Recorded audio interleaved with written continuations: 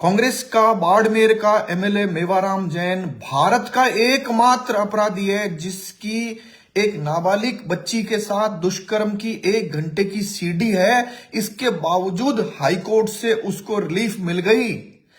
यह सारे तथ्य जो है आपके सामने लेकर आए और इसमें अशोक गहलोत की भूमिका क्या है वो समझ लीजिए। यह घटना आज की नहीं है, यह घटना बहुत पहले की है जिसमें अशोक गहलोत ने पूरी ताकत लगाकर यह एफआईआर दर्ज नहीं होने दी। जब यह बच्ची का परिवार जब पुलिस में जाने लगा तो पुलिस ही इनको उठा ले गई। उन बच्चियों को, उस परिवार को इतनी यातनाएं दी गई और आज वो बच्ची परिवार सहित गायब है। मैं इसमें जो कंटेंट है, जो बहुत सामान्य बात समझ आ जाएगी आपको। 20 तारीख को रात के 9 बजे बीजेपी सरकार ने जैसे ही प्रभाव में आकर के एफआईआर दर्ज की, दोबारा सुनिएगा, 20 तारीख को रात को 9 बजे कोई भी वकील इस एफआईआर की सबसे पहले सर्टिफाइड कॉपी लेगा। तो मेवाराम जैन के वकील ने भी 21 तारीख को सर्टिफाइड कॉपी के लिए जोधपुर में अप्लाई किया, कोर्ट के अंदर अप्लाई किया। हमारे में से राजस्थान का कोई भी वकील जब अप्लाई करता है तो सामान्यतः उसको 3 दिन में और बहुत अर्जेंट हो तो दूसरे दिन कॉपी मिल जाती है। लेकिन मेवाराम जैन को 21 तारीख को ही कॉपी मिल गई, एफआईआर की सर्टिफाइड कॉपी मिल गई। उससे भी आश्चर्य की बात यह है 21 तारीख को ही हाईकोर्ट में याचिका पेश कर दी गई। उससे भी आश्चर्यजनक बात यह है 21 तारीख को ही वह याचिका रजिस्टर्ड हो गई। मेरी खुद की याचिका 1.5 महीने से पेंडिंग है, वो रजिस्टर्ड नहीं हुई अभी तक बिना किसी कमी के भी। और जोधपुर हाईकोर्ट में प्रैक्टिस करने वाले अनेक वकील जो है जिनकी 7-7 10-10 दिन तक रजिस्टर्ड नहीं होती है, लेकिन मेवाराम जैन की यह याचिका रजिस्टर्ड हो गई और सुनवाई के लिए परमिशन भी मिल गई। यानी 22 तारीख को सप्लीमेंट्री में केस लग जाएगा, यह भी हो गया। और उससे भी बड़ी बात सुनिए, 22 तारीख को वकीलों की जोधपुर हाईकोर्ट में स्ट्राइक रहती है मंथ एंड पर, जयपुर में हाईकोर्ट की बेंच खुलने के विरोध में।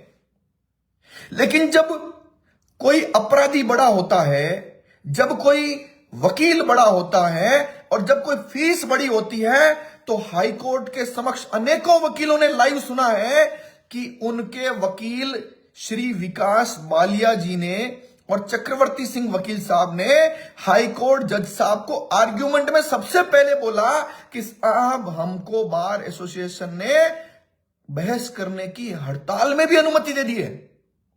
और अनुमति देने वाले कौन? बार एसोसिएशन अध्यक्ष। झूठ बोला है सच बोला पता नहीं, लेकिन आनंद पुरोहित वहां पर बार एसोसिएशन के अध्यक्ष हैं। सवाल आता है कि आनंद पुरोहित या बार एसोसिएशन किसी बड़े वकील को ही अनुमति देती है या सबको देती है?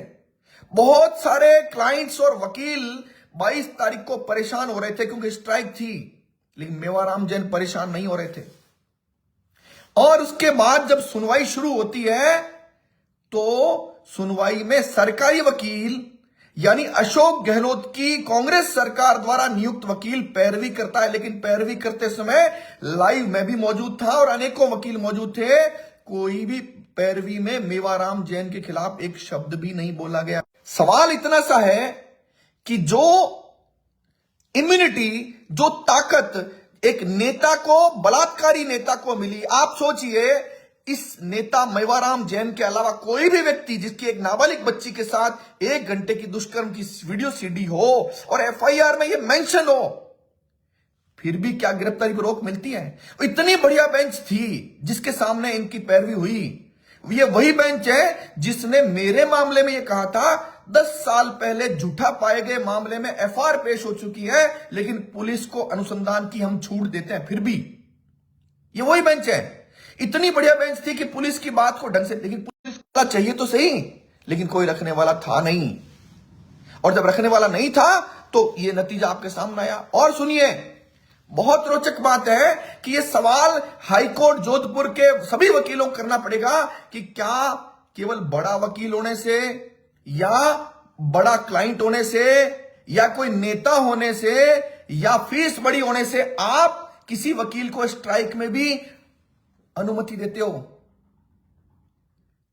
तो इससे भी रोचक बात सुनिए, विधायक मेवाराम जैन जो कांग्रेस का विधायक था, उसका अनुसंधान कांग्रेस के पूर्व विधायक रूपाराम की बेटी को दिया जाता है। क्या आपको लगता नहीं है कि जो नई सरकार आई है वो एफआईआर दर्ज करके अपनी इतिश्री नहीं कर सकती है? पूरे खेल में निश्चित रूप से जो ट्रीटमेंट मेवाराम जैन को मिला वो राजस्थान के किसी भी नागरिक को सामान्यतः नहीं मिलता है। क्यों मिला भाई?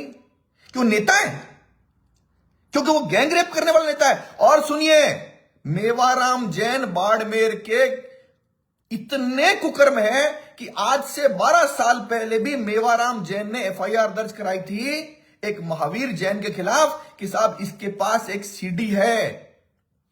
तो ये क्या मेवाराम जैन सीडी बनाते घूमता है क्या? और जिस सीडी की मैं बात कर रहा हूं उसमें वो छोटी बच्चियां मांग रहा है। क्या ऐसे व्यक्ति को कानून का दंड नहीं मिलना चाहिए? और अगर मिलना चाहिए तो मैं कह रहा हूं कि उस पीड़ित परिवार के पास सुप्रीम कोर्ट जाने की ताकत नहीं है, कैपेसिटी नहीं है, पैसा नहीं है। बालोतरा के यानी बाड़मेर के वकील साहब श्री सुमेरलाल शर्मा जी मात्र 1 रुपया लेकर उस गरीब पीड़ित महिला की पैरवी कर रहे हैं। स्ट्राइक में वो तो नहीं जा सके, लेकिन मेवाराम जैन के बड़े वकील ने पैरवी भी कर ली और उसको रिलीफ भी ले ली। सवाल आता है कि कानून क्या नेताओं के लिए अलग है और सामान्य नागरिक के अलग है? स्ट्राइक क्या बड़े वकीलों के लिए अलग है और क्या सामान्य वकील के अलग है? 2% स्थापित वकील जो उद्योगपतियों से ज्यादा कमाते हैं वो इस कानून को और बार एसोसिएशन को अपनी अंगुलियों पर नचा सकते हैं। प्रमाण ये आपके सामने आया है। सवाल है उन 98% वकीलों को, सवाल है उनका जो 90% वकील ठीक ढंग से आजीविका नहीं चला सकते, कानून जानते हैं लेकिन उनको ये सब नहीं आता है क्योंकि उनसे नहीं हो पाता है और बहुत सारी चीजें हो पाती है। ये सारी सच्चाई आपके सामने लेकर आया हूं। और एक और बात सुनिए, जिस मुकदमे में इन पीड़िताओं को बंद कर कूटा पीटा मारा गया, सिग्नेचर कराए गए सादे कागजों पर, जो चाहा वो लिखवा लिया गया और उनको जेल भेजकर उनकी जमानत भी मेवाराम जैन ने करा ली। और मेवाराम जैन ने भी कोतवाली बाड़मेर में एक एफआईआर दर्ज कराई थी। जब ईडी पीछे पड़ी तो उस मेवाराम जैन ने अपनी ही एफआईआर में एफआईआर लगाकर कोर्ट से स्वीकृत भी करा ली। क्या कानून यह नहीं कहता कि तुमने जो पीड़िताओं के खिलाफ झूठी एफआईआर कराई और उसमें पुलिस ने अनुसंधान में झूठा पाया, एफआईआर लग गई, कोर्ट से स्वीकृत हो गई, तो झूठा मुकदमा करने पर तुम्हारे खिलाफ कार्रवाई नहीं होनी चाहिए क्या? होनी चाहिए। लेकिन कानून, कौन सा कानून? अशोक गहलोत के राज में कानून। अब बीजेपी में जितने लोग बैठे हैं, भजन लाल शर्मा मुख्यमंत्री जी और जितने भी बीजेपी के लोग हैं, सोच लीजिए लोकसभा का चुनाव है। अगर आपने इस पर काम नहीं किया और ये जो पूरा तंत्र जो है इन बलात्कारियों के लिए काम करने लग गया तो आपको भी जनता अपदस्थ करते हुए देर नहीं लगाएगी। मैं बीजेपी के हर एक नेता को कहना चाहता हूं कि जनता चाहती है कि इस पूरे मामले का खुलासा हो। नाबालिग बच्ची जो अगवा हो गई है, गायब हो गई है परिवार सहित, उसको बरामद करो। हो सकता है वो मर गई हो सकता है वो जिंदा हो। सवाल आता है कि नाबालिग बच्ची जो छोटी बच्ची है उसके साथ जो भी एक्ट हुआ है, सहमति असहमति बात छोड़िए, इसमें बहुत कड़ा दंड का प्रावधान है। तो बस केवल आसाराम पर ही आप लोग कार्रवाई कर सकते हो या कांग्रेस का एमएलए जिसने अनेकों दुष्कर्म किए हैं उसके खिलाफ भी एक्शन कर सकते हो। जनता इंतजार कर रही है, आप लोग तैयार रहिएगा और जनता भी निगाह बनाए रखो इन बीजेपी वालों पर भी और कांग्रेस वालों पर भी। कानून का तमाशा बनाने वाले लोगों पर 90% वकील जिनको लगता है कि कानून की पालना होनी चाहिए, कानून का शासन होना चाहिए, वह भी निगाह बनाए रखे ताकि हम सत्यमेव जयते की जो बात करते हैं, इस देश में हिंद की जो बात करते हैं, वह पूर्ण हो सके। धन्यवाद। जय हिंद, जय भारत।